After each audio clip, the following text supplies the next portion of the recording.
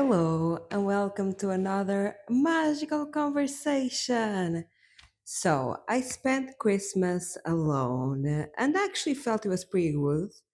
I was expecting for it to be a very emotional time where I will be really grieving my relationship with my family, my dynamic with my family, and I'll be really feeling my emotions and grieving them. But it was actually pretty nice.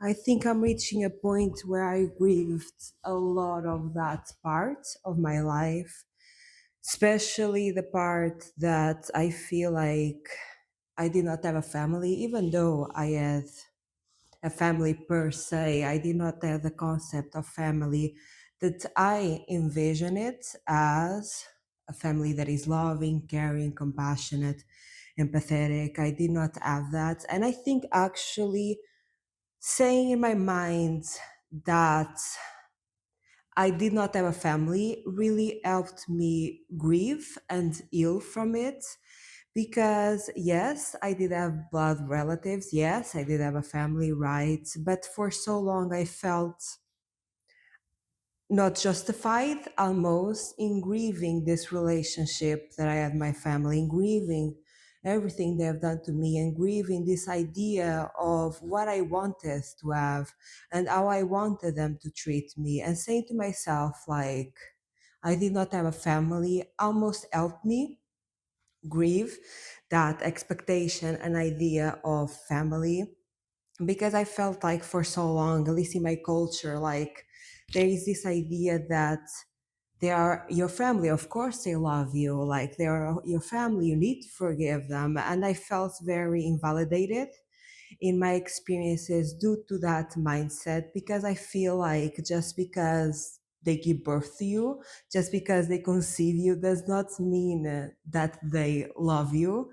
I think this idea is a bit strange in my mind because you loving other people has nothing to do with your capacity to reproduce, right? Like just because everyone, for example, everyone in the world, not everyone, but a big majority of the world can indeed have children. Not everyone, of course, there are many people that suffer with many issues, but the big majority of the world can indeed have children. But that does not mean that they are capable of loving them because being capable of loving someone goes beyond your physical capability to reproduce basically. And I felt really invalidated for a long time in the way that I felt about my family because they always mistreated me, treated me poorly, neglected me, even like, yeah, put me down, were nothing of that loving, caring, compassionate, empathetic view that I have of family. I always felt invalidated and guilty for having the emotions that I have around them. And almost I felt guilty for not being able to forgive them and for not being able to create a relationship with them because at the end of the day, having a relationship to them is to my detriment, is to the detriment of my mental health, of my physical health. It doesn't do me any good. And I really had to come to the conclusion that I do believe people change, but they don't change overnight. I think for someone to change, you have to do a lot of inner work and it takes a long time. It can take years for you to change, right? And just because I choose to forgive someone doesn't mean they have changed. And I think a lot of times pushing myself to forgive someone just because I wanted to keep a relationship is just putting me more in danger than I already been through. I think forgiveness is something that is earned and not something that is granted. And I felt this societal pressure, this cultural pressure to forgive them without them even asking for forgiveness, really, like without them even showing that they had changed. And me constantly forgiving them was putting me in more harm's way. And I really had to come to the realization that for them to change is going to be very hard. And I don't even think they are willing to change because everyone is capable of change. But It's not about capability, it's about willingness, right? And I think for someone to change, at least in my experience, it has to be for a lot of rock bottoms. It has to be pushed in the corner for you to finally do the inner work and face what you have inside of yourself and heal the parts that are hard to sit with, right? And coming to the conclusion that they are not my family really helped me, because again, I really don't want to view them as family, because I don't want my perspective of family to be that. I don't want my perspective of family to be an environment where you don't feel safe, where you're constantly mistreated, where your mental and physical health is in danger. I don't want to be that. I want my concept of family to be loving, caring, compassion, safe, empathetic, and human. And for me, that is something that really helps me, because that way I almost can separate in my mind the relationship that I had with them was not a family relationship, and I can reshape that family within me. So this can has helped me to reshape my concept of family, in the sense to reshape how I support myself, how I love myself, how I show myself compassion. Because me telling myself that they are family is perpetuating that toxic dynamic within me and therefore within others. It is also shows up in the way that I treat others and the way that I show others love, but importantly, the way that I show myself love and distancing myself from them and from them being my family really helped me reshape my concept of family. So, reshape how I support myself, how I love myself, how I show myself empathy and compassion. Because at the end of the day, before I did not do any of that, and this journey of learning how to love myself and this journey of healing, a lot of it was about reshaping this concept of family, because I think family is your first contact with community, with external love, is your first contact with all of those dynamics with people. And I really wanted to reshape that to be a healthier concept for myself. For me, I don't think I'll ever have a family, but if I one day change my mind, that I do, also to reshape that concept for them, because I really don't want to continue to be the person that they were. I don't want to continue the generational trauma. I don't want to continue the same behavior, because I've been through hell as a kid and I will not forgive myself if I continue perpetuating that trauma. Of course, we all do until a certain extent, right? I think in an unconscious level, we all do. But to my degree of consciousness and awareness, I wanted to be different. And this is something that I always had as a kid. I remember being very young and looking at my parents and being like, I want to be the opposite of them. I don't want to become them. And a lot of it was, I guess, denying my toxic reactions to people. I guess was show kindness instead of showing pain. And I don't want to say be the bigger person. That's not like the right word I would say. But yeah, not engage and continue toxic behavior, not putting other people down, not mistreating people, but showing kindness and empathy. That's something that I really always wanted to continue to show. And I almost did not want to lose myself in their behavior and lose my core values and what I believe in and who I am as a person. I remember being a child and doing the same behavior that they were doing to me to others, and I felt so guilty and I felt so wrong, and I really realized that this is not me, this is not the person that I am. Will it be easier to continue this behavior? Yes. but it is not who I am. It is not the person that I am, is not conducive to what makes me feel good and to what, yeah, aligns with me. So grieving this sense of I did not have a family really helped me to put an end to, yeah, these toxic behaviors, this toxic way to treat people, this toxic way to treat yourself, this distorted perspective of love. And I've been grieving this concept of not having a family for quite a while. And I think I reached a good point now. Of course, healing comes in downs and ups. Sometimes you feel good about it, other times it's harder. But right now, where I am, it is actually not as painful as it was before. I spent a lot of time crying and letting go of my concept of family. So in this Christmas, basically, I got myself a Canva and some paint because I wanted to spend Christmas connecting with my inner child, because my inner child is the one that has the most pain around these times, is the one that has the most pain around my family, is the one that had to go through all of this very bravely. And yeah, I showed a lot of love to my inner child because at the end of the day, I'm very proud of her because she was not put in the best circumstances. And I speak almost in third person. I think me speaking third person is almost a coping mechanism to kind of distance myself from everything that I went through. But yeah, my inner child did not have the best of circumstances, had to go through a lot of heartache and pain and trauma and loss. And she really did not have a lot.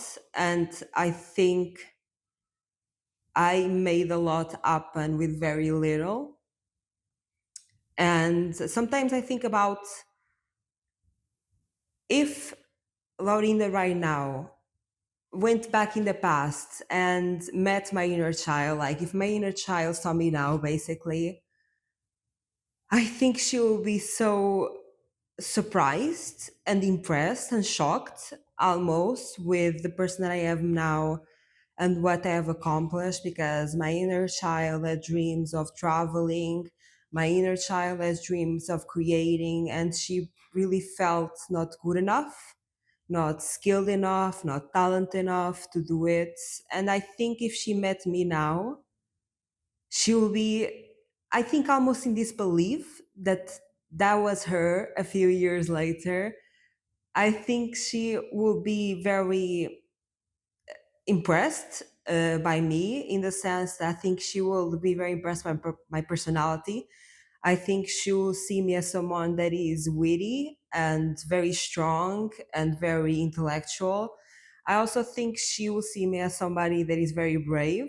And this is really an exercise that I'm doing to give myself that praise, because it's hard to give yourself a praise when you are in the moment. But if you put it into the perspective of, for example, how your inner child will see you, if you put it in a third person perspective, I think it's easier to see yourself and to see all the good things that you have achieved, all the good things that you are. And I think, Laurinda, right now, in my body right now, is art for me to give that praise, because I mean, it seems impossible until you do it, right? It seems crazy until you do it, and then you do it, and it's normal, it's your day to day, right?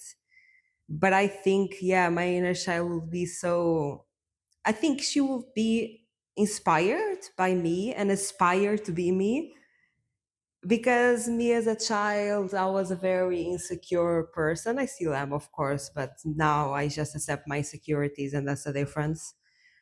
But I think my inner child, when I was a child, I was very insecure. I felt like I was not good enough in all levels. I thought I was not skilled enough, not intelligent enough, not capable enough, not beautiful enough, nothing. I felt like I was such a waste of human existence.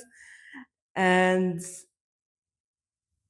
she had a lot of dreams. She had a lot of dreams. She wanted to do a lot. She wanted to explore. She wanted to explore the world. She wanted to explore different cultures. She just wanted to yeah, expand and learn, and she felt that would be so impossible, or if it was possible that would take so many years, decades, for her to be able to do it. And now where I am, I realize that I did everything that I wanted to do and more. Right now I'm 26 and I have achieved my lifelong dreams that I wished as a child. And now, like, I'm re-envisioning new dreams, right? I'm expanding my goals and what I want to do, because I feel like now I see that I dreamt too little, but at the time I felt like I was dreaming the impossible. At the time I felt like I was dreaming something that was so hard to achieve, and now I'm 26 and I've achieved everything that I wanted. It was basically to travel. Yeah, that was my dream. When people ask me what you want to be when you grow up, I have no idea. I still don't have any idea like what I want to do for a job, stuff like that. Of course, like, this will be my now what I wanted to do for a job, right? And I'm still not doing it for a job. But now I see my life goal as like expression, as being authentic, as expressing myself, as having different tools of expression. But I never had this idea of I wanted to be this, I wanted to be that. I never had the idea of I want to be a doctor, engineer, or whatever it is. I have never had that expectation. All I wanted as a child was to travel, and I did that. I've traveled to the point that wish is satisfied. That now I'm living abroad. I'm living in a different country, so I feel like I'm always in that state of travel, right? But I have done. I have accomplished my childhood dreams, and now I'm envisioning more. And I'm just so. When I put myself in the eyes of my inner child, when I do this third person perspective, I'm just so impressed. And I'm really like shocked how all of this happened. Of course, me, Laurinda, like in my body without the first person perspective, I can understand how they happen. Yeah, I don't have shock and I don't have impression, right? I don't feel impressed. But when I get out of myself and put myself in this third person perspective, I really am very wow, just wow. It's almost hard to put into words how I see myself in this third person perspective, especially me as a child, because everything seemed so impossible. Everything that I wanted to do seemed so out of reach. And it really wasn't. I thought it would take me years, decades, to be where I am today. Was it easy? No. Was it that hard? No.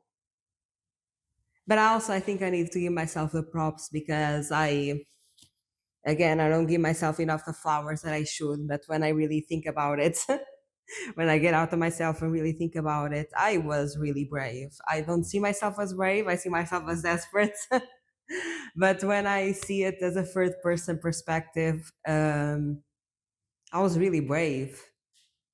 I started things without any security, without any stability. I went for things. I moved cities. I moved countries. I left jobs. I applied for jobs. Like, I applied for a master's in a completely different country. I did so many things without any guarantees that things were going to work out. I just did them because I was such in a low point in my life that I was in that mindset. Nothing is worse than this. I already been through hell and back. What can be worse, right? If I already been through all of this, I can take on some more. I was such a in a nothing to lose perspective, and when you have nothing to lose, you have everything to gain, right? And I did begin a lot of new starts in the complete unknown, riddled with fear. So much fear because I did so many things completely outside of my comfort zone. I just packed my bags and did it. I just left places and looked for new places. Like I did everything without a guarantee that things were going to work out.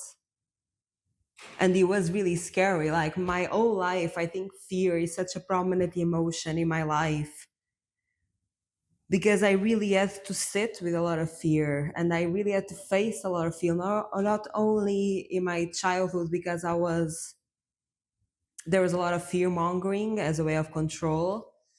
There was a lot of things that are going to go awfully, you won't be able to do it, like the world is a horrible place, right? As a way of control. So I dealt with a lot of fear in my childhood. But I also, when I left my parents' house, I dealt with a lot of fear of the unknown, dealt with many new starts, with completely starting something from the ground up with absolutely nothing to fall back into, with no prospects of things working out, with nothing, right? And I try to recognize this because it just reinforces in my mind that things are indeed possible and that my dreams are not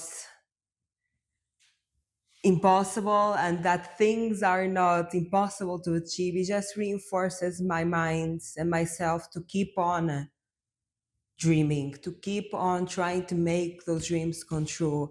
And I think throughout all of these experiences, I really gain a lot of confidence. Again, I see confidence as something different from most people. I don't see confidence as you being the best. I see confidence as you accepting yourself.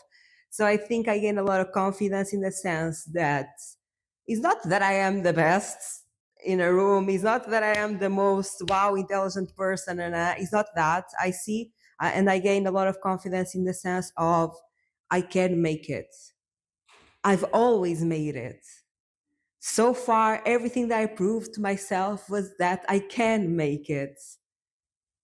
And I think this is like the positive sides of my life story. And I think this is the everything in life pros and cons, right? And I think this is absolutely a pro. Is pro the right one? Pro being the good. I don't know quite the difference into pro cons. Like English is not my first language. But yeah, like the positive side of going through so many difficult experiences and having to do it alone, really, with not many resources, without support, just counting on myself and having the faith and hope. And I did so much of that and I achieved everything that I wanted and more. And that is such a positive aspect of everything that I went through because it did give me a lot of freedom. It did give me a lot of freedom to go after the things that I want, take leaps of faith, not give up on my dreams, not settled. It gave me a lot of freedom, knowing not everything is going to be easy. Sometimes it's going to be hard, but you can do it. You always done it. You done the impossible, quite not as hard as you thought it was going to be, right? And I think my first reaffirmance of this, like my first realizing that dreams are possible, was really like sometimes I remember this memory and I'm like, wow, how interesting. And I think it defined a lot of my personality from then on.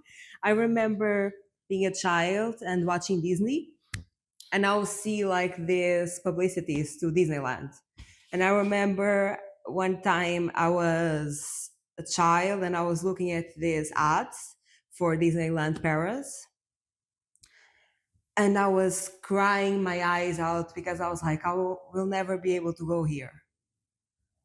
I'll never be able to do it. Like, and I was grabbing to my pillow very young, I don't know, maybe 6, 7, very young, crying, thinking I'll never be able to do this type of stuff. And I think I was just also crying for all the big dreams that I have. And I believed at the time that I won't be able to do it. Like I have all these dreams, all these things that I want to achieve, and I won't be able to do them. And the funny thing is that when I was 13, 14, I did went to Disneyland Paris. I did once. And I remember being there. And imagine, that's a funny thing in life because you have these big dreams in your mind, right? You have these big visions and you want to achieve something and you think it's going to give you like everything that you like ever wanted. Like you think it's going to give you all of these amazing feelings, and it does, but it's not as grandiose as you have in your mind, right?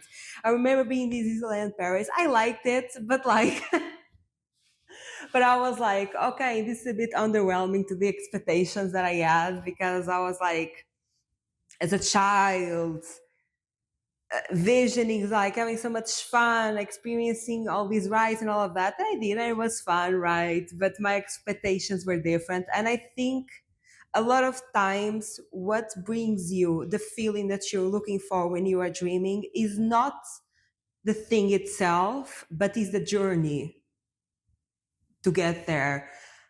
Again, me going to Disneyland, I was like, I was there at 13, 14, like, wait, I remember crying, thinking and believing so hard that this was impossible. I'm here right now in Disneyland Paris thinking, whoa, I really thought this was absolutely impossible. And then I went for Disneyland Paris. Was fun, yes, but it was not as fun as I had in my mind. But the bigger takeaway that I had from that, and I think the biggest, most valuable lesson that I had from that is that you can do the impossible. And I think that is always the biggest takeaway that you can take, right? It's not the thing itself, it's not the dream itself, it's not achieving the dream itself, but it's showing yourself that you can. Is who you become in the journey, is the people that you encounter, the experiences that you have until you get there. The journey is such a valuable, and the journey is what has everything that you're looking for. It's not the thing itself, even though the thing itself is good to achieve and you're gonna like it, yes.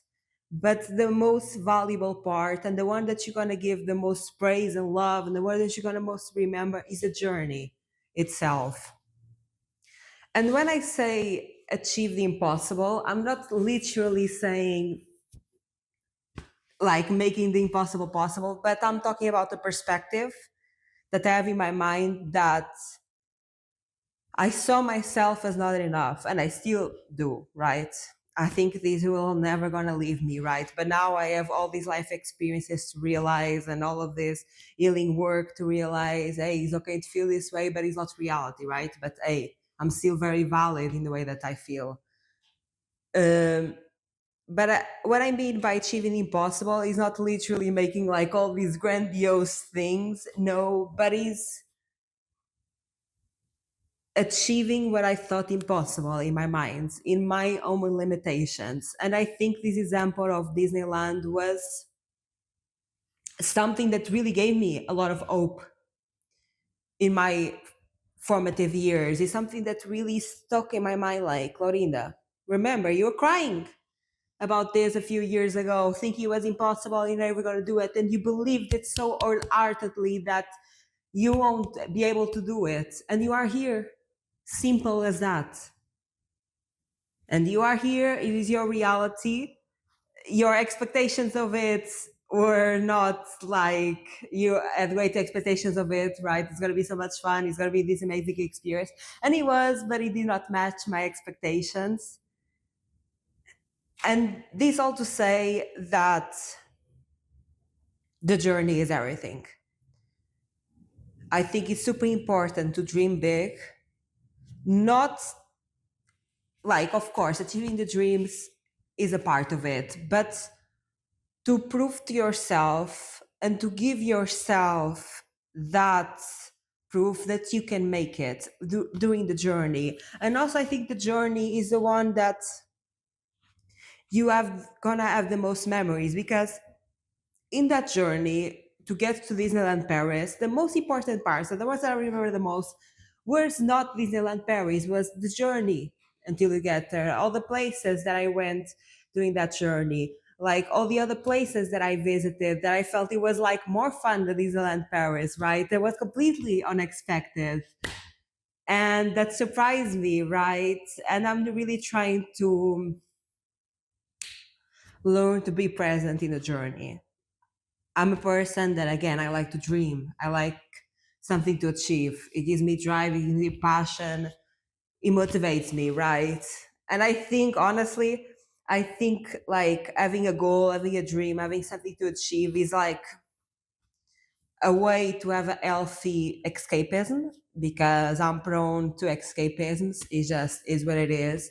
I cannot reject myself. I cannot like reject the fact that I have a lot of pain within me, and I do like escapisms because they do give me a way to cope, right?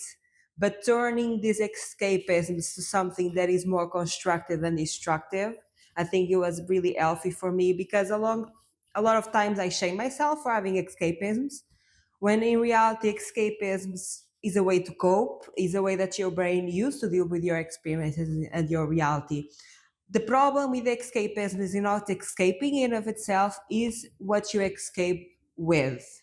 And I think in the past I escaped through a lot of alcohol and substances, and that was a destructive escapism. So I kind of shifted my escapisms. I kind of adapted my escapisms, because I realized, hey, I like to escape, and I needed to give myself some empathy and compassion in saying it's okay that you want to escape. Life has not been easy. Like the things, the memories that I have in my mind are not easy to live with, right? And I kind of shifted and adapted these escapisms for healthier ones. Now, before, my escapisms was to numb myself through substances and alcohol. Now, my escapisms is to have this biggest dream, this big thing, complicated, that I need to put a lot of work on. Basically, I'm a workaholic. That's what I turn my escapism in. And I, of course, like I try to take some time to face my pain and to face the things that I'm escaping from, but it takes time to be comfortable with them. It takes a long time. It takes years to really be comfortable in them. It takes a lot of healing. Things don't happen day to night. So I need to give myself grace. But right now, I'm proud that, yes, am I still escaping to a certain degree? I am. But I'm proud that I'm little by little facing my pain and my trauma, my experiences. And at the same time, I'm shifting these escapisms to something that is more constructive to my existence. Basically, work is now my escapism. Is it fully healthy? No. However, I can't deny myself. I can't reject myself. At the end of the day, this is who I am.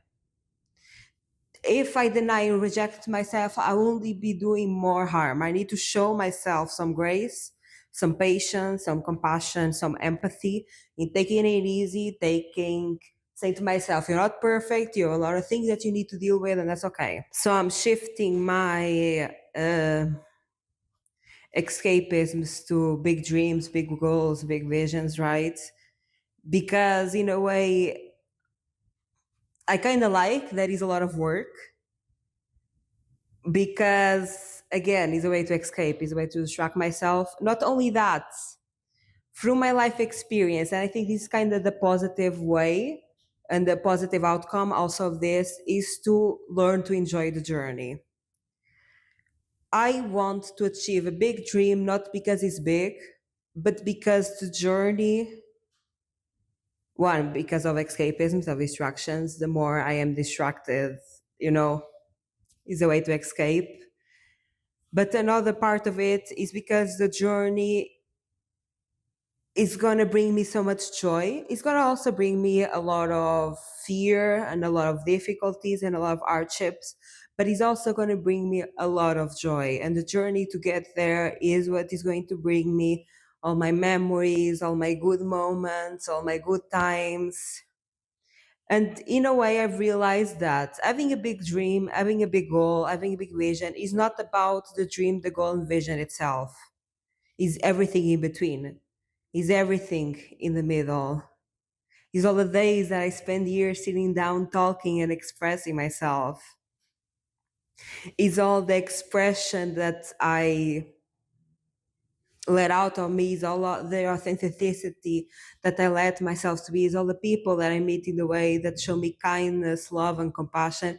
Of course, nothing is easy. I also have people that are not kind, empathetic, and compassionate, right? But on the other side, there is also a lot of good moments that I'm really grateful for, and I really like to romanticize them while I'm living them. I realize I need to romanticize the moments while I'm living them and not live in nostalgia. I'm a very nostalgic person. Like, I can look at something really bad a few years later. I'm going to look back to, oh, good moments. I think is also a way to cope, right?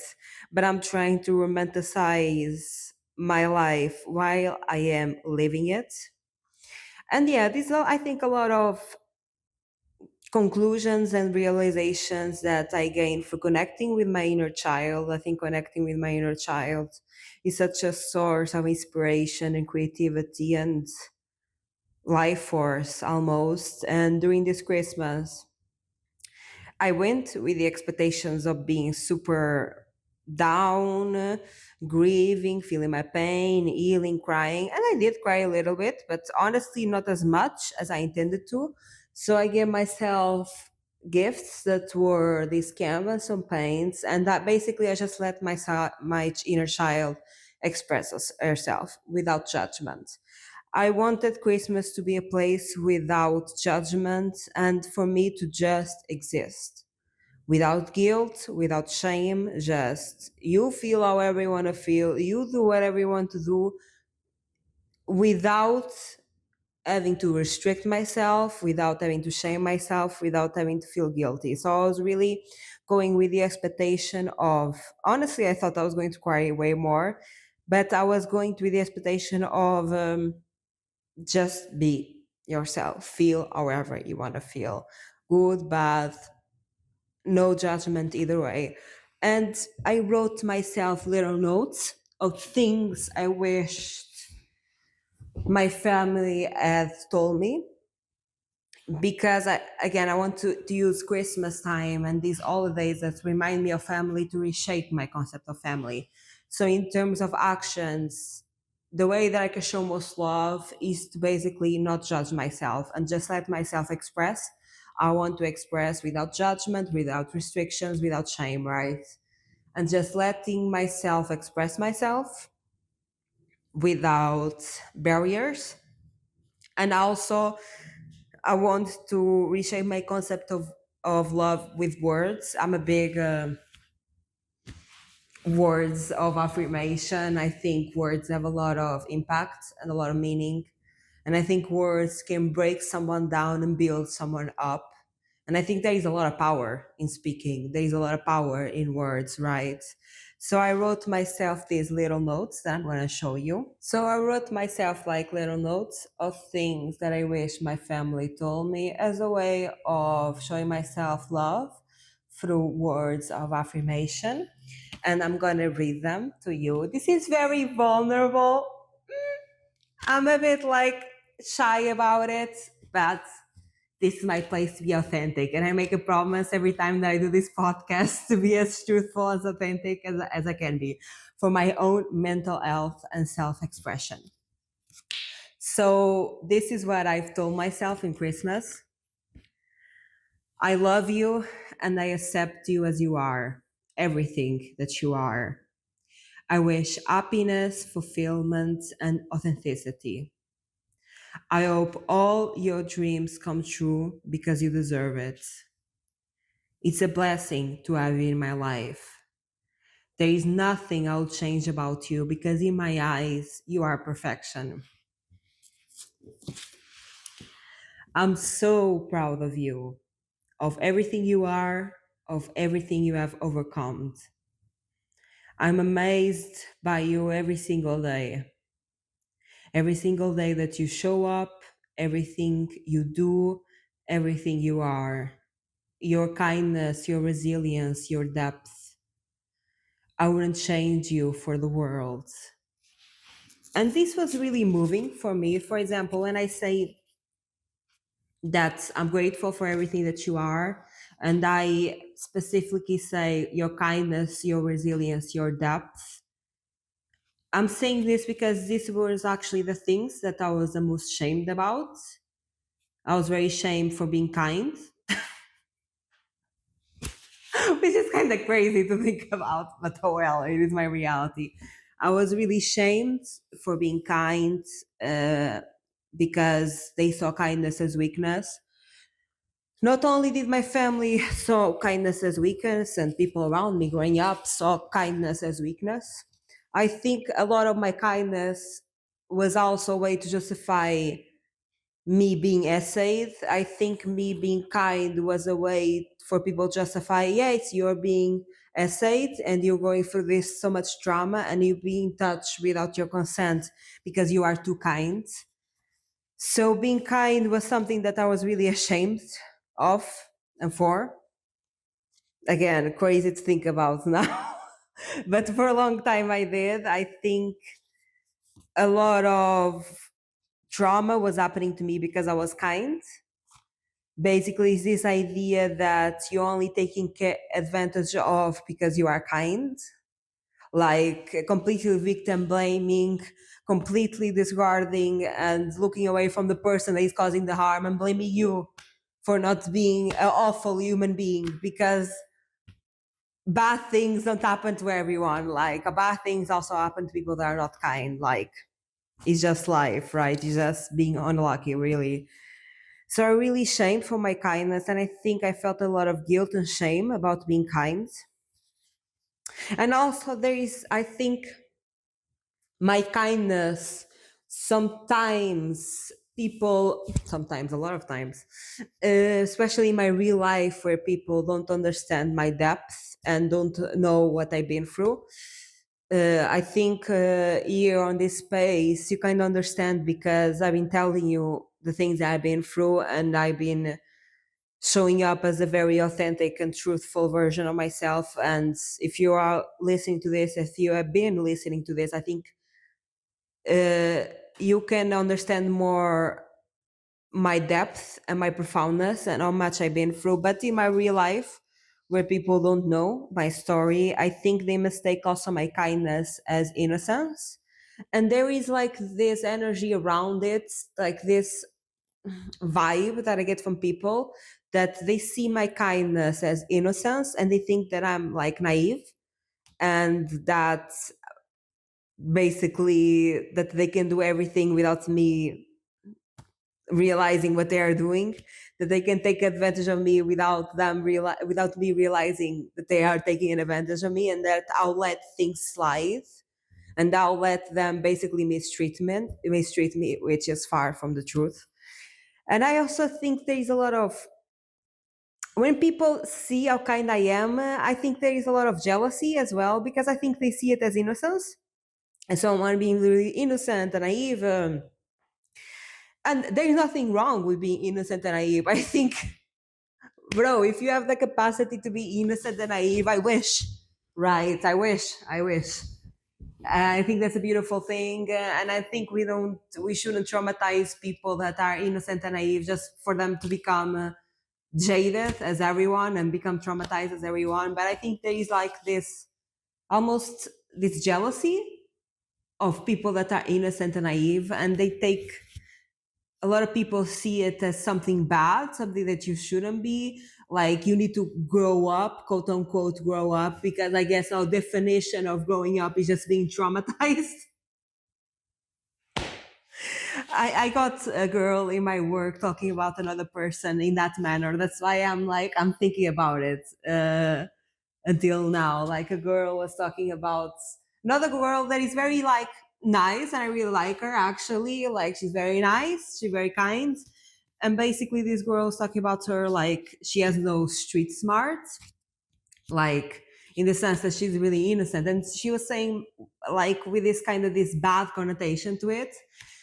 And I get that a lot. So I resonated a lot with that because I also get that connotation a lot because I don't think I'm innocent and naive. I wish I was. I wish I was, but I think I do look like it when you meet me because I show up with kindness and people see kindness as weakness and people think that just because you are kind, it means you were protected your whole life. When in reality, for me, no, it just means, bro, I'm choosing to show up with kindness. I'm choosing to not become the god awful person that everyone knows. I'm choosing actively to stay true to myself, to stay true to my values, despite that this doesn't help me a lot of times, but it is who I am. This doesn't help me and doesn't benefit me. Maybe if I was an awful person, I'll gain more power and control over situations.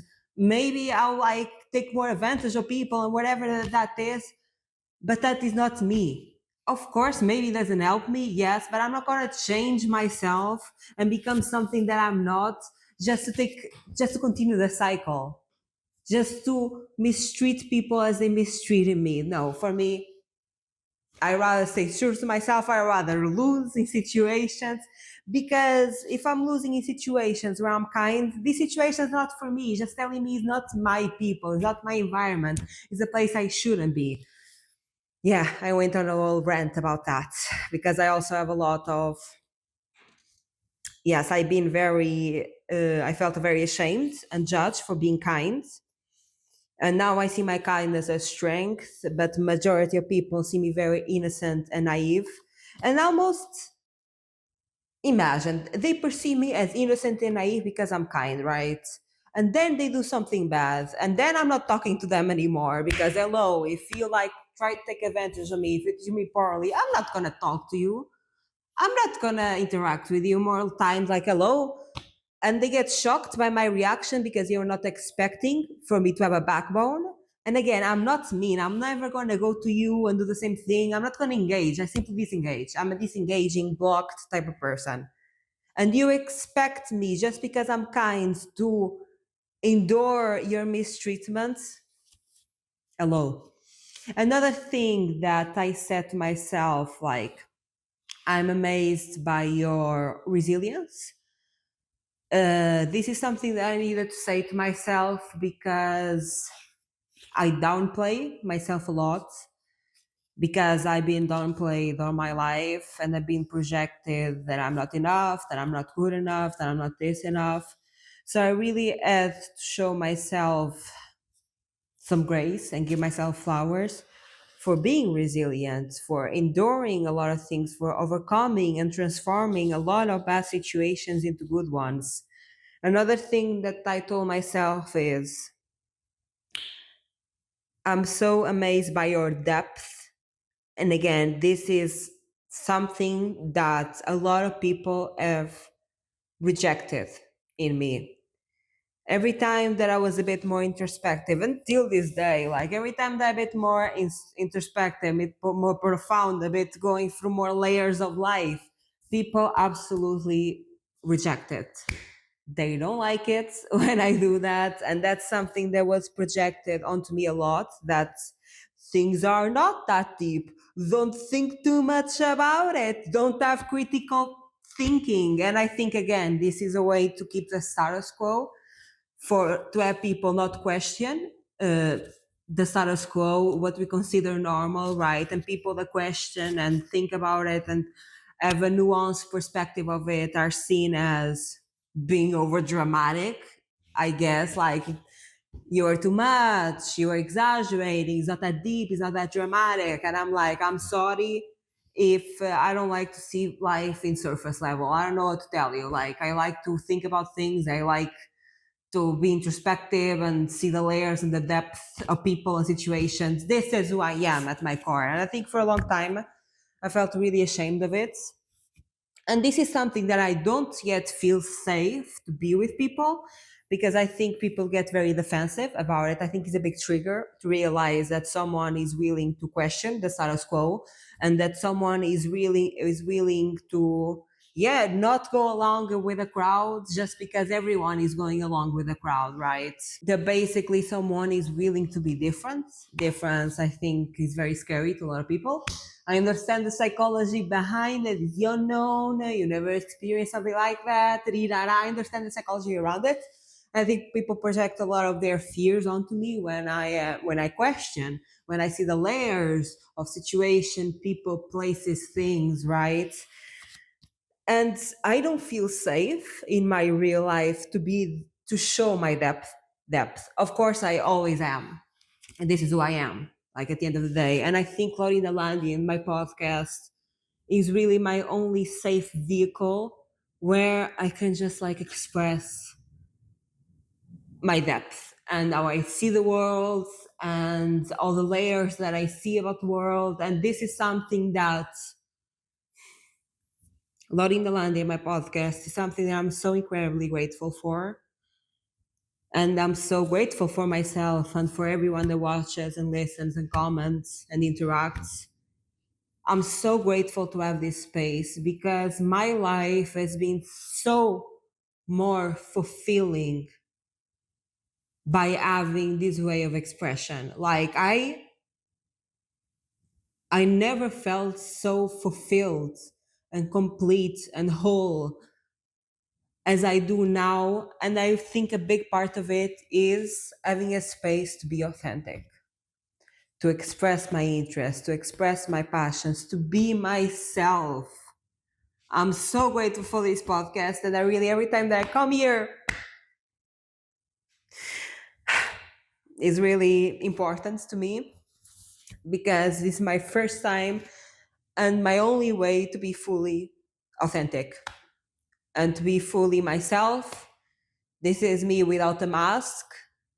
This is me without pretending. This is me without trying to be like everyone else and follow the norm and follow the status quo. This is me being me. And this brought me so much fulfillment. And my life is so complete with it. Like, I feel right now, bro, as long as I can pay my bills, my house, my food, and continue to do this, I'm happy. I don't need anything else. As long as I have the minimal, like bare minimal physical ways that I need to live and have the time and the energy to express myself authentically, like I'm good. I'm so good. Like I never felt so secure in myself, so fulfilled, like nothing is missing. Of course, I wish for more, I'm more working for more, but it's not coming for the first time. I'm wishing and dreaming for more, not coming from a place of desperation, but coming from a place of satisfaction,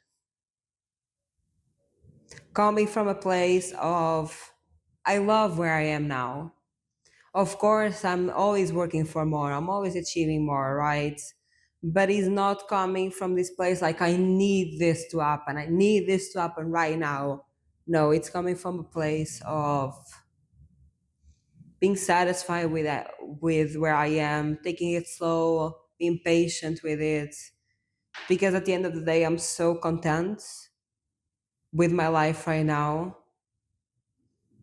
And I think also like being alone, not having friends, not having that much like external people support, I guess, in my real life. I think I have a lot of support in social media and I really appreciate that.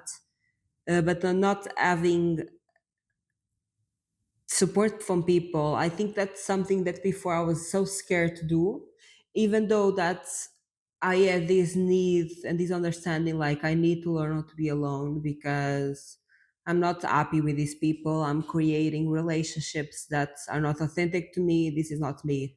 This is quite unhealthy to me. And I was so scared of being alone.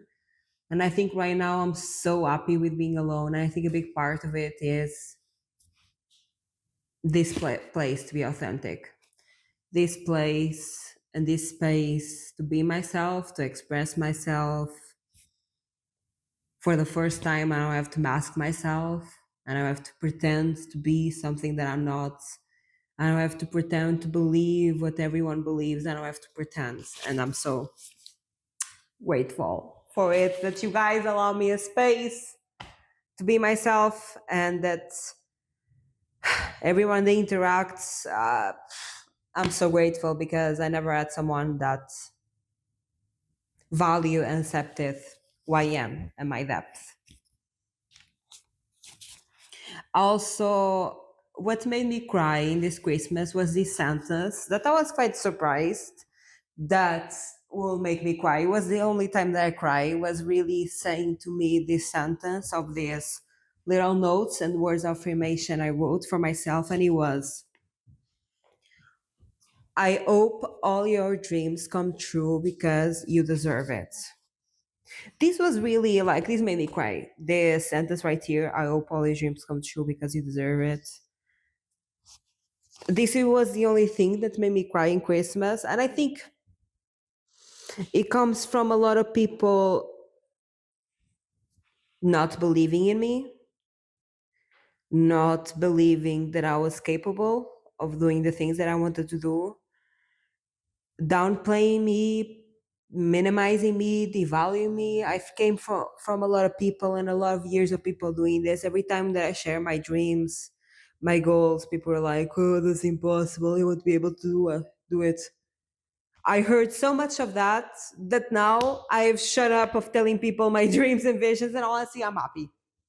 I tell no one but you guys. You guys are my safe space. This is my safe space and place. But in my real life, I tell no one my dreams. I tell no one my goals. I tell no one what I want to do and what I'm working towards. Nothing. Like people in my real life, they don't know about Laurinda, they don't know about my podcast. And I like it that way because I got so many people projecting onto me. You won't be able to do it. That's crazy. That's impossible. Da-dee-da-da. And it hurts so much for people to minimize something that it was so close to my heart because my dreams and my goals, I'm not doing it for external validation. I'm not doing to be considered this person. I'm doing it because it's my passions. It's who I am, it's what I have in my heart. This is something that I simply hold dear to my heart, and it is me. And goes way beyond of ego, external validation, money. Of course, all those things are important to a certain extent, but my sole base for doing this, my sole purpose for doing this is because it is my passions. It is what I'm passionate about. It is me. And for people to downplay my dreams is downplaying myself, is downplaying who I am at my core, right? So every time that I speak about my dreams, people are like, you're crazy. You won't be able to do it. So I just shut up and I tell people nothing. And I think saying to myself that I hope all your dreams come true because you deserve it was really impactful and important to me. And this made me cry on Christmas. I think it was the only thing that made me cry. It was not the fact of being alone because I think, yeah, I reached a point that I'm comfortable being alone. I quite like it. It's not the fact of not having a family because I already grieved the fact that, yes, I have blood relatives, but yes, I don't have a family, right? I think it's the fact that no one believed in me and I did not believe in myself for such a long time. I think that's kind of not only it hurts that people put me down, it hurts that I put myself down. It hurts that I don't gonna blame myself because this is very normal. You, after being told the same thing over again by so many people, you start to believe it, right? It's very normal to believe other people's projections, especially when you are told over and over again through different people, different circumstances, and especially when you are a child and you are a sponge soaking it all in. I'm not going to blame myself for integrating other people's projections, But I think what hurts the most is that I did not believe in myself. And going back to the exercise of my inner child watching me now, like I'm amazed, I'm impressed, I'm grateful for everything that I am now, but it also comes with pain in the sense that everything was so possible. Like you are going to achieve everything that you want and more. Like everything was so attainable and so possible, and nothing that was told to you was truth, but you believed it. And I think that's kind of what hurts the most is that my inner child believe it, and to a degree a part of me still believes it, right? It takes again many years, a long time to let go of this internal rhetorics of I'm not enough, I won't be able to do it. Like at this point, because of everything that I've been in my life, because I again have done the impossible in my mind, when I those thoughts of you're not good enough, you won't be able to do it come into my mind, I'm like validating them, like, hey, it's okay that you feel this way. But also saying to myself, you thought this so many times and it was never true. You thought this so many times for so many things and it was not true, and you done it. You done it over and over and over again. I think these rhetorics of I'm not enough, I won't be able to do it, it's crazy, it's impossible. I think what really helped me was show myself through experience, through actually doing it in reality, for not giving up, that yes, you can do it.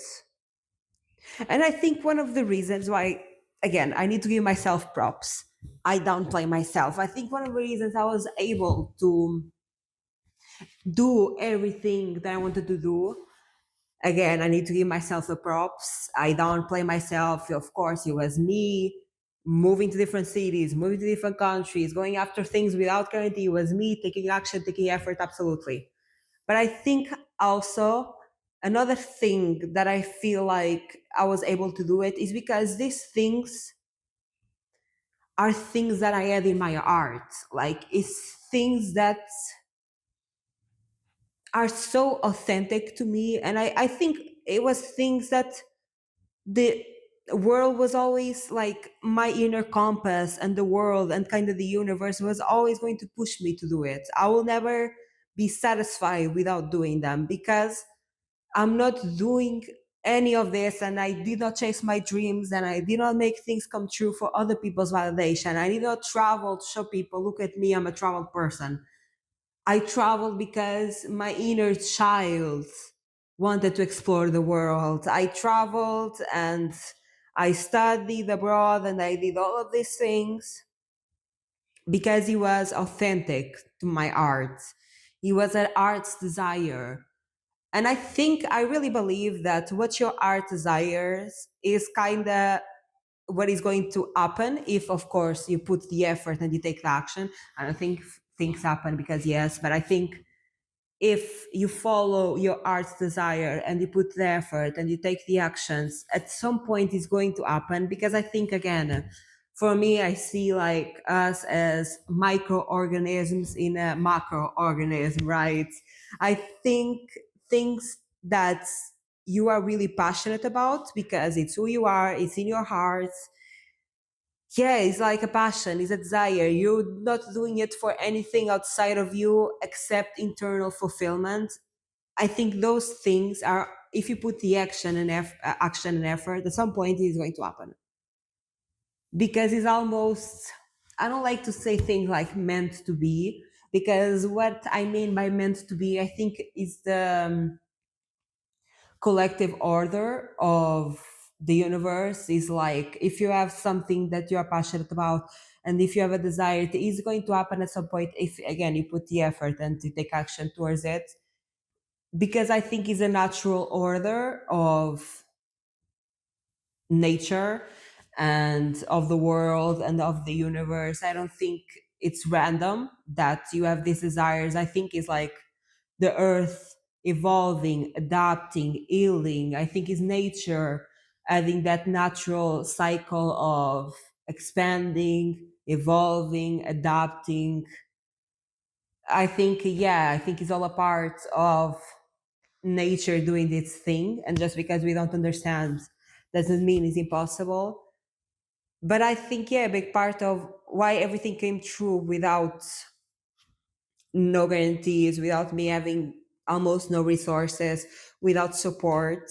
I think everything came true because at the end of the day, it was nature healing itself. It was nature expanding. It was nature adapting. And it was really authentic to me. It was in my heart. And I believe that if it is in my heart, it is super possible to happen, super attainable. Of course, I need to work hard for it. Of course, I need to put action towards it. Of course, I need to put effort. Duh. Uh, but if it is really genuine to me, and me by just doing it and by just achieving it, it brings so much inner fulfillment to me, and it brings me joy, and it brings me, yeah, it's self fulfilling. I think it's always going to happen. I think you're always going to be pushed for it to happen because you have that desire for a reason. And I think the reason is, again, nature evolving, adapting, going through the cycles, right? Yeah, so during these holidays, I really did an exercise of meeting my inner child without wanting it, but I think it was something that my brain was doing it without me putting in the effort, connecting with my inner child, and really doing that as exercise of fourth person, and a lot of thoughts and conclusions and realizations came through that. And honestly, I think 2025 is going to be a good year. I have good vibes. It is not starting that good. 2025 is not starting that good to many people. To me, it's good. That's why I say, like, I think for me, 2025 is going to be a good year because it's starting good. Like, things are kind of working out for me. I have a job. It's not my dream job. It's a job at a restaurant, but it's paying my bills. You feel me? They're giving more shifts so I can get more money, right? Uh, Things are going better with my work colleagues from here and on, like, social interactions, interactions with people that honestly, my dream reality is observing people from a distance, is like socializing with people, but not really being the spotlight in the center. I always wanted to be invisible. And I think this comes from trauma, really. This comes from narcissistic trauma, but it's a part of my trauma. But yeah, like I like people from a distance. That's why I like the internet so much, because I like people from a distance, because y'all scare me. I'm terrified of you all. I don't trust none of you. And again, it comes from a lot of trauma, from a lot of life experiences. So yeah, things are going better with my work colleagues, even though like from then and on, have some interactions that I'm like, "Ugh, I don't like this, but a girl gotta work, a girl gotta pay her bills, and this is the way that I am now, right? But I'm grateful that things are getting better and people are treating me better. I think people judge me really wrongly when they first meet me, and across time they start giving me more respect because I think again people really mistake my kindness for innocence and being, yeah, basically I think they see my kindness as tolerating their awful behavior and almost trying to win them over. I think people see me and they think they see me being kind, like showing up with kindness, with words of affirmation, with being helpful, right? And I think they think, okay, if I mistreat this girl, she's gonna try to win me over, and I don't do that. You mistreat me, I don't speak to you ever again. I don't look your way. Like you are gone from my reality, and this is my coping mechanism. Really, this is my coping mechanism to deal with situations that I need to be in. And I think that creates a lot of people, I think, get really intimidated by that, because I think people are expecting me to please them. And I was a people pleaser for a long time. I still am a recovering people pleaser. But one thing that I don't do now is try to win you over or please you after you mistreat me. No, no, no, no, no, no, no. No, no, no, no. That's one thing I learned and I don't do now. But I think people expect me to be, because again, I think this kindness as me being a people pleaser, me being, yeah, and I'm really not anymore. Again, I am kind in my heart. I am. It's who I am. Is I like to be. If you are kind to me, I'm gonna be kind to you. Like kindness is gonna be my first and only interaction. And if I cannot be kind to you because you are taking advantage of me and mistreating me, I'm just gonna not gonna interact with you. And this non-interactment in this engagement, I think, yeah, people gain a lot of, I don't know if it's respect or intimidation. I don't know, one of the both, maybe the two. Maybe for you to be respected, you need to be, you need to have a certain of intimidation. I don't know. I don't know. But I think, yeah, people are realizing that I'm not going to please them, so might as well not try, right? And it's really funny because it reaches a point that I completely disengage with these people that don't treat me that nicely, and then they are the ones trying to please me, trying to win me over. And again, like for me, is one and done. You show me who you are, and I believe you. I was not always like this. I had to learn to be like this, and it honestly saved me a lot of peace and quiet.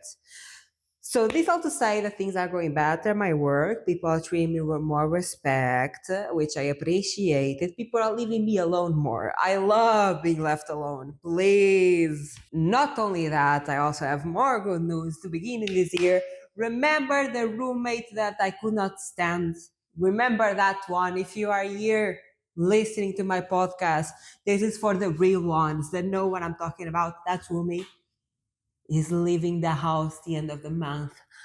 Yay! Like I'm so happy to like I'm so happy. He's leaving the house the end of the month. So I'm gonna feel again safer in my house again. Gonna feel more at peace. I'm gonna have a better place to rest. My nervous system is gonna be better.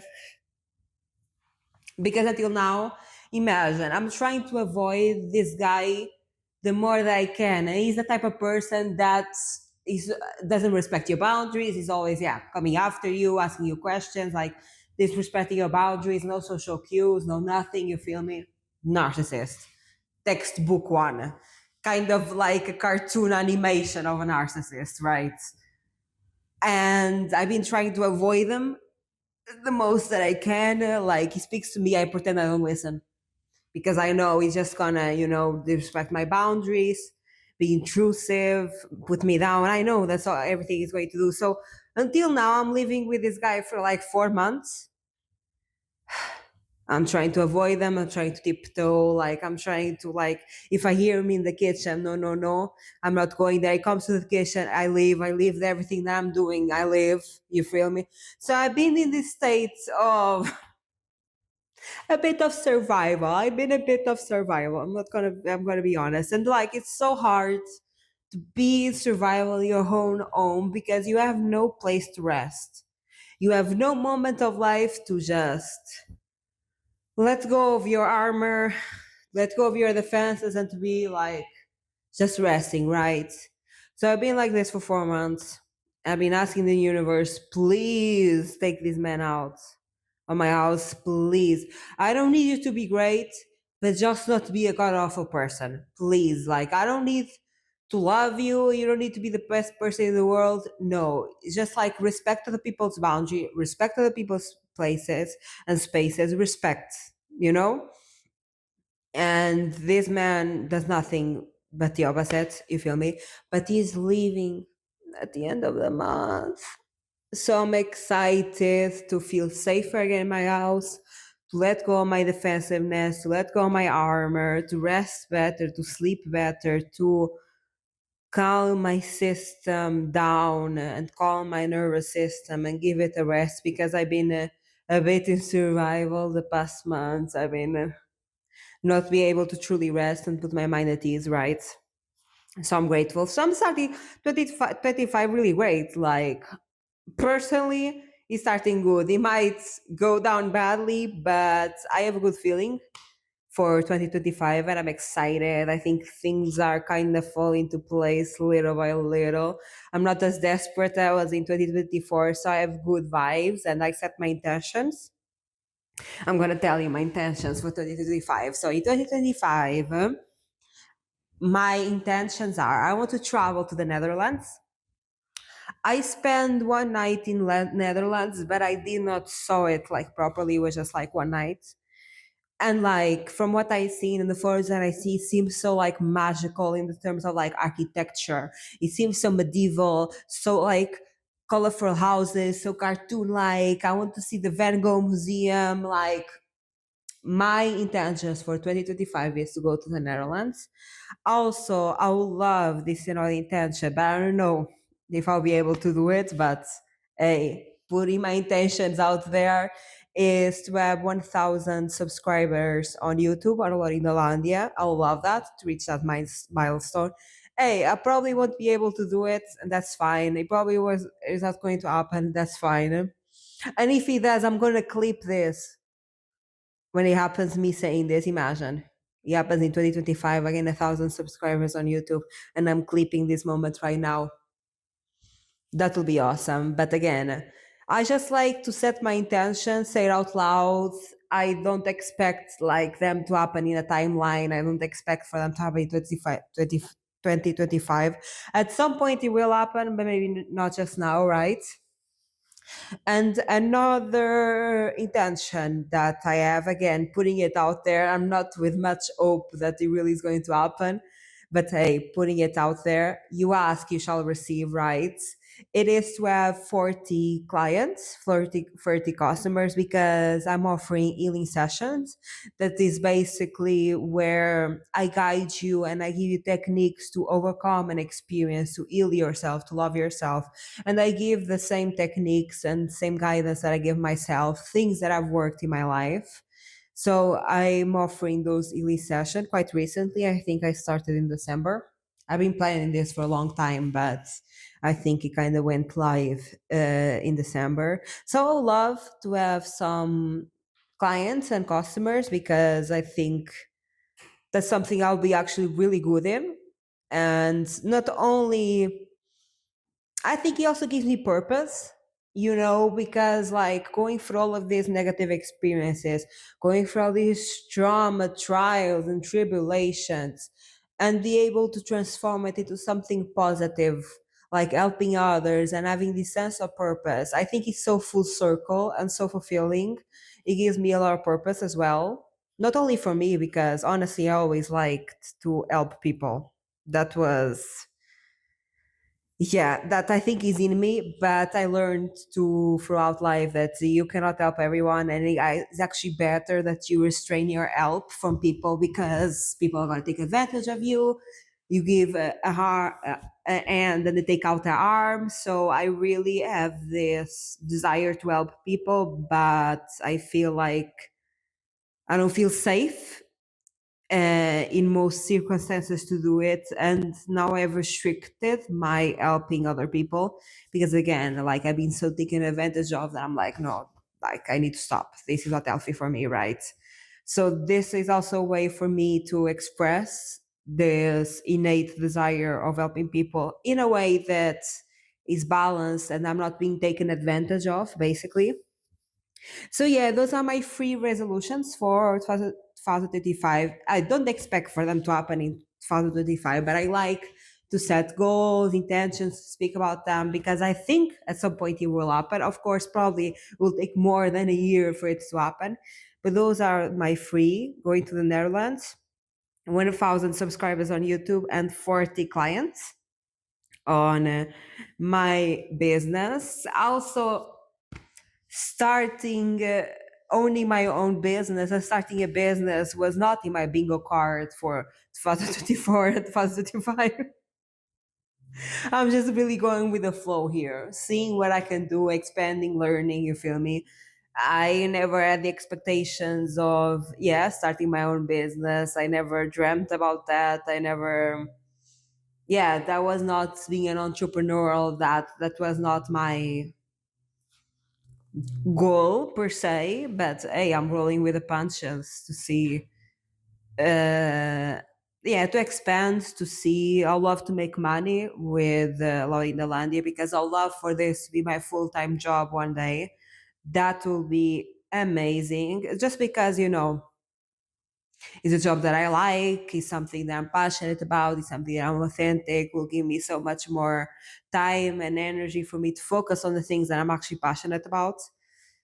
So yeah, those are my goals for 2025. I don't expect them to happen in 2025, but I know someday it will happen. I just don't know when. And today I wanted to tell you guys a story. This is not a traumatizing story. I mean, it depends on the way that you look at it, I guess.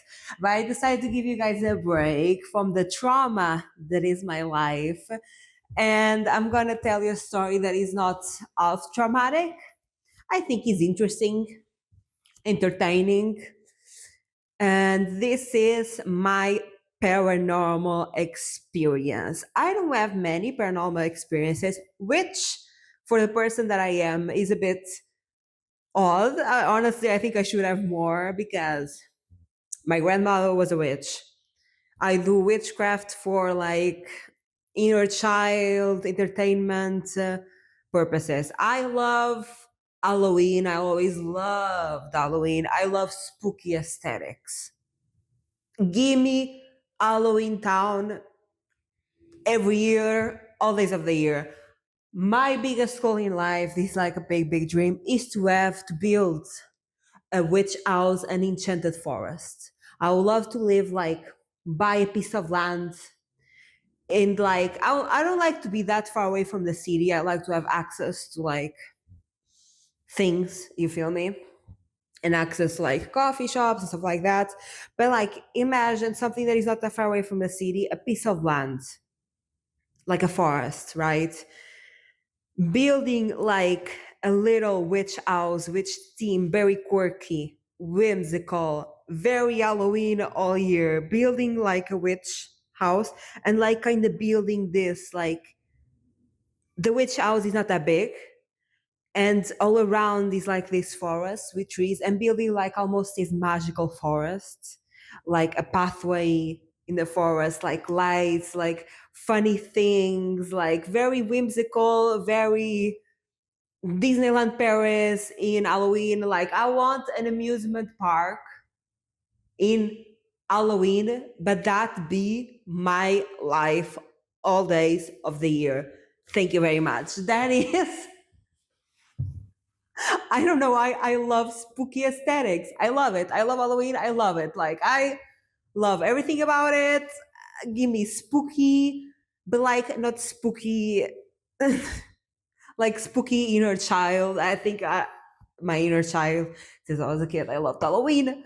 Like every time there was Halloween, I was glued to my Disney channel, seeing all the Halloween movies, like Halloween Town, all of that situation. And again, I think this was such a, for me, again, I think this shows what escapism for my current life. And I think I kind of relate this Halloween theme and witchiness to my grandmother, the only figure that I felt the most loved and empathy and compassion. So I think in my brain, I correlate my inner child correlates Halloween with being safe and loved.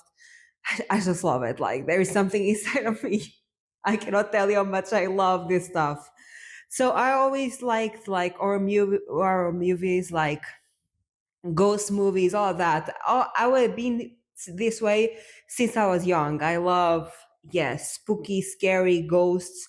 I also love like doing a ghost hunt, like going to famously haunted places or like, those hotels that are haunted and they have so much history and they have been here since the medieval ages, and this prince and this king and this queen is haunting that place. I want to sleep in there. I want to experience all the spooky, ghostly. I love that. That's, yeah, very inner child of me. That's my inner child. She loves it. And yeah, I always been into Halloween, spooky, gothic. Oh my God, gothic aesthetics, like gothic academia.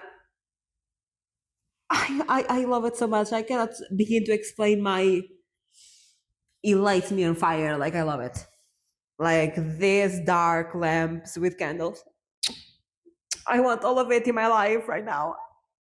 So yeah, I always loved Halloween, spooky, scary, ghosts, witches. That's my lane, right? And I've been this way since I was a kid. Yeah, I love all of these. But I do not have a lot of ghost encounters, surprisingly. I don't know if people are lying when they say they have these like bunch of ghost encounters, like the YouTube story times. You feel me, of all these ghosts. I dig that up. Like when I was young, seeing all of these paranormal story times, like on YouTube, gold, gold. I love that. I don't get how these people get so many ghost encounters. Probably like some of them are fake and they're lying. But hey, I eat it up all the time, every day. But I do actually not have many paranormal experiences. At least that, like, imagine. It's not that I don't disbelieve in ghosts, but also I don't crazy believe them. I think for me, it's just that vibe of spooky, scary that I love to be in, of like being a little scary. And I also love the history behind ghosts because usually they are like from so many years ago and you lived this life and life was like this. I don't know. I love the history of it. It's very historical. It's very medieval times, Gothic ages. I love the architecture, the story behind it. For example, I don't like cities that are that modern. I like old architecture. Like, yeah, all of that. I eat that up. Absolutely. And this is like my only paranormal experience because I don't have money really. Like, maybe one of two behind, like, besides this. But this was like the one that I was really like, oh, this is really strange. How is this happening? Because the other two I can kind of justify in my mind with other reasons, but this one is kind of unjustifiable. Like I really, I'm saying here probably was a ghost. So basically, this story starts when, okay, so I'm living in my parents' house, right? I'm being traumatized. Life is hard. I go for 5, 6 months to study abroad in an Erasmus program to Poland. I'm in Poland, first time out of my parents' house. I realize, hey, I'm happy without them actually. I like my life without them. I can't go back to their place, right? So I realized I couldn't live anymore in my parents' house because, again, I realized, okay, trauma, trauma, trauma. I'm so unhappy in their house. I'm so happy to not be in their house. Like I'm going to move cities because I need to get out of my parents' house. I need to get out of their city. I need to just get out, right? So I don't have much money. My parents, okay, they don't have much money also. I think if they wanted to, they could give me money, but they are using also money as a way of control. Say, so I don't have nowhere to turn to. I don't have money. Like I need to move to another city. And for that, I basically need to have a job to save money so I can, for example, pay the first rent or have some money to live, for example, 1 month before I can get a job. Because again, I'm moving to the city with no guarantees of a job, nothing. I'm just moving, going to apartment, hoping to find a job, whatever job it is, and starting my life there, right? So I get a job during the summer so I can save up money to this move to another city. And this is a job basically in a fast food chain in a shopping mall. And imagine this is Portugal. The conditions not great. You are quite exploited. Like you barely get paid for the work that you do. The conditions are unsafe and not great. Like this place has cockroaches. These are all the story. There are so many stories in this job that I had. And basically, I was doing like the food, I was preparing the food, and I was also serving. Like, because they don't employ enough people to have sufficient people to do the jobs. You basically do three jobs at once, right? So whatever. It's a really bad place to work at, but I actually kind of really liked working there because the people that were working there made a really close relationship with them. So we're all unhinged, traumatized, deranged at the time. Like we're very similar in the sense that we're very traumatized. So we're live. So I felt very, yeah, seen to be myself. Like I had a good connection with them. So in that sense, I have good memories of that place because the friends that I made there that were as traumatized or more and as unhinged or more than me. So yeah, basically I'm working there 6 days a week to gain at the end of the month 500 euros in salary, 6 days a week, working 10 hours per day, whatever. So I get there to work, right? And basically, when we were at work, we could not have our phones or clocks in our hands. And basically, we had a clock on the wall, like those normal clocks with not digital ones, like with arrows that tick tack, you know. And basically, this clock was the only way for us to see the time, for us to see, okay, it's this hour, maybe you should be closing, going away, wherever. Because we cannot bring our phones, we cannot bring like watches in our wrists. This was the only thing to see the time. And this clock, a lot of times, we'll look at the clock and we'll be like tilted, like someone went there and tilted the clock instead of being like round straight in the center. A lot of times it will be like kind of to the side and the time would stop. And we thought, these must be our managers that want to exploit us, clearly, that want us to work more because they don't want us to know the hours. So we keep working more, giving them extra hours that they won't pay for the extra hours, right? And we thought, okay, it's our sneaky managers that are here going to stop the clock. And that's the reason why it's tilted, right? And we were like, okay, yeah, it's them. And I believe it, right? I'm like, makes sense. One day, I enter like the kitchen that was very small, like barely a kitchen. It was kind of really crazy when I think about it. And I'm like, I enter the kitchen, I look at the clock. The clock is not tilted, is in the right position, and is working. And I'm like, okay.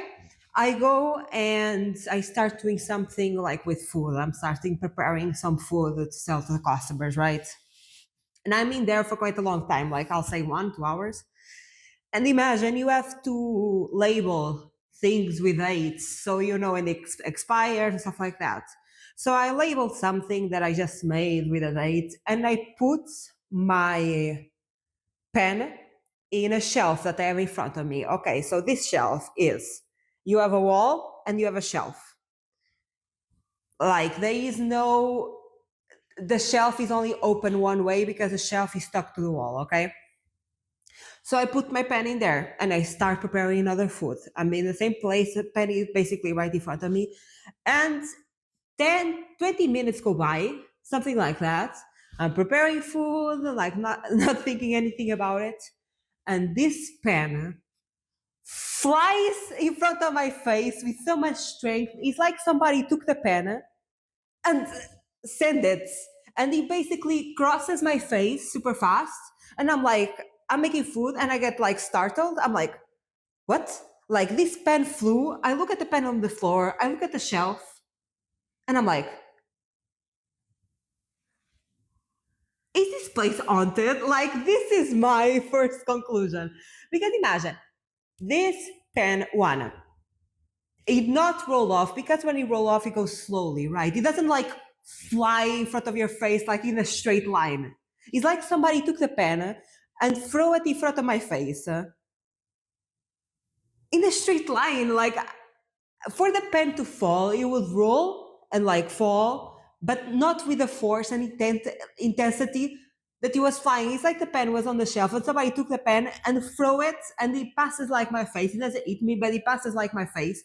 And I see the pen on the floor. I'm like, do we have ghosts? So I go to my friends, my colleagues that were working there like longer than me. And we never talked about this place being haunted. We never talked about that. And I go to them that are in the front. They're not in the kitchen. They're in the front.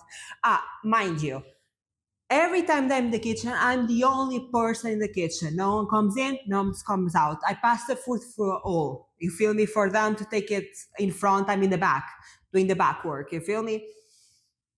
No one enters, no one leaves, just me, right? Because I'm the only one that is doing the back work and people are in the front serving the customers, right? And I go to the front and I ask my friend that has been there for way longer than me working there, and I ask him, do we have ghosts? Is this place haunted? And he turns to me very unfazed and he's like, yes, sometimes things get moved around and fall when they are not meant to fall. And they even have a name for the ghosts. They name the ghost. Let's say they name the ghost John. Yeah, it's Ghost John. He sometimes like moves things around and drop things when we are not there. And I'm like, okay, I accept this. Okay, I'm not gonna question. This place is haunted. Oh well. And I go into the kitchen. I see the clock. Remember the clock that was straight, was in the right place, and it was working. And we'll see from time to time tilted.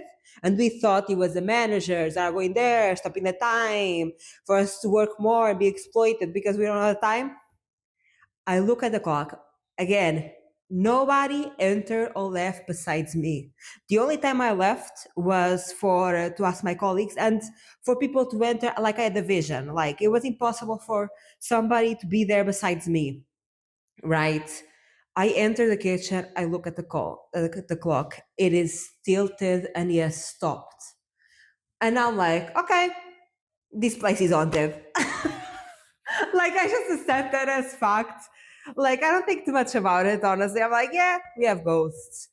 And at the end of the shift, or at the other day, in another day, I don't know when this was, I asked more information to the colleague that told me he was haunted and that he had ghosts. And I asked him, hey, tell me more about this ghost story. I want to know. So basically, the story of why this place is haunted is that before me, there was a lady that worked there, supposedly.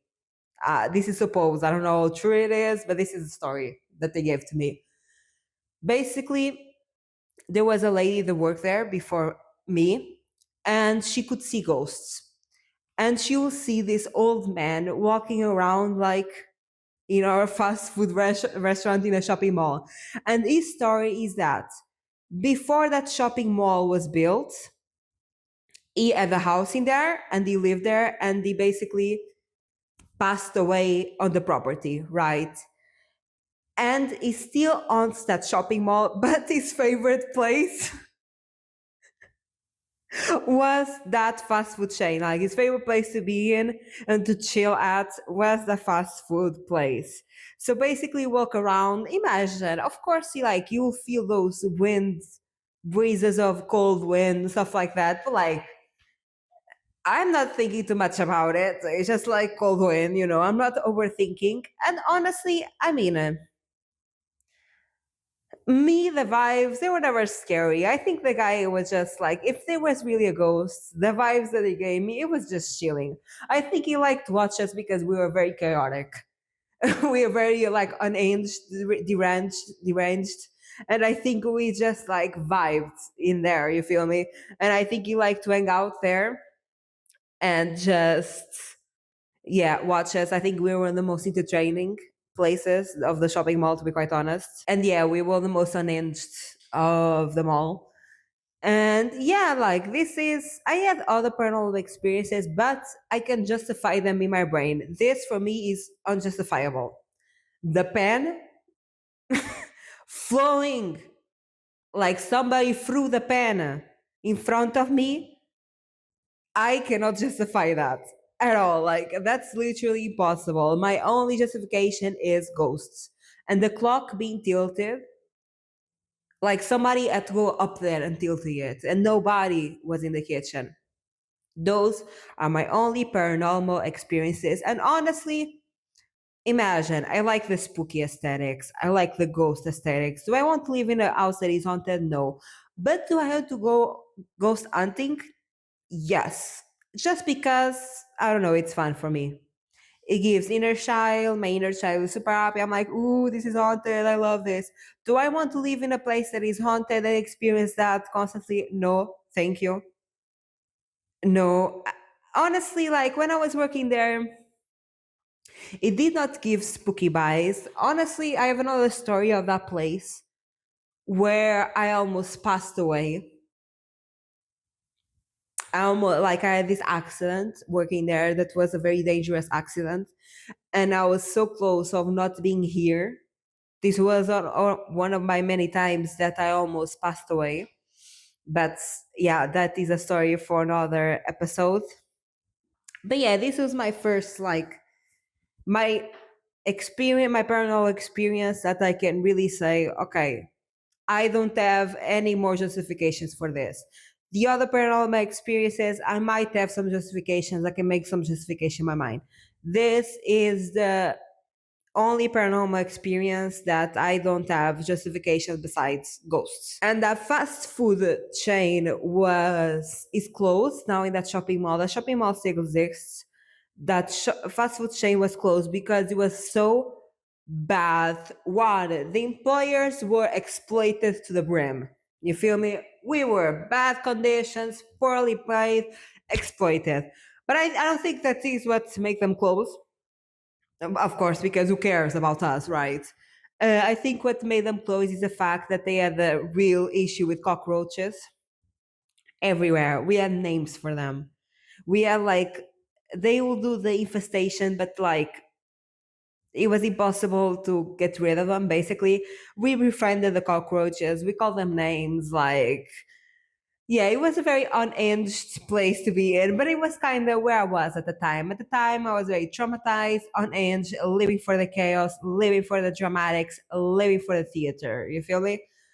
And that place is closed now, and I think it closed because sanity, like the cockroaches, basically the cockroaches. They closed that place because it was not very hygienic. The place is closed, but they build a different store that is not about food. I think it's a store that sells like technology, maybe like phones or phone cases or something. So yeah, the place is closed, but I bet they are still haunted. And yes, this is my paranormal experience. I gave you guys a break from the trauma that is my life. Still a bit traumatic, but not much. I think it's quite entertaining, quite funny. And honestly, I'm grateful for that time in my life because working there, one, it was a big stepping stone for me to live independently and for me to take action to a life that I wanted. I think I was very brave at the time. I did not realize because I was so desperate. But I think during that time I was really brave by moving to a different city without knowing nobody, without nothing, without guarantees of a job, really working to barely get paid, to save some money, to try to move to like a different place. I'm very grateful for that time in my life and for who I was at the time, even though that I hated myself at the time. I need to give myself the props now because that created a domino effect to lead to where I am now. And I'm so grateful of where I am now. And I think where I am now, a big, yeah, starting point and a big domino effect was Laurinda that had the courage to move to a different city, right? That created a big domino effect in my life that led me to where I am now. And I'm very grateful for that version of myself that had a lot of strength and courage to do that. I'm also grateful for this Christmas. I actually really appreciate it. I thought I was like going through the trenches. I thought I'll be like crying so much pain. I really wasn't. I just cried, as I told you guys, with the letters that I wrote myself. I really like this Christmas. I really like connecting with my inner child. I'm grateful that I'm giving my inner child space to exist. I'm giving her unconditional love where she's not judged, she's not shamed, she's not guilt tripped by herself. And I give my inner child space to just exist without judgment and without restrictions. I'm also grateful that my life is falling into place slowly by slowly. Things are getting better brick by brick, which I'm grateful. I'm grateful for this year. I have good vibes around it. Imagine that I go for a bunch of trauma this year, like 2024, like it was for us. So traumatic, scary. Yeah, but I'm grateful for this year, for things falling into place. I'm grateful for this space, for Laurinda, yeah, for everyone that listens, watches, interacts. And I'm grateful that I have the courage to come here, week yes, week no, to be myself. And I'm grateful that I finally have the courage to demask myself. And yeah, thank you so much for listening. I hope you have a good day or night whenever you're listening. Bye.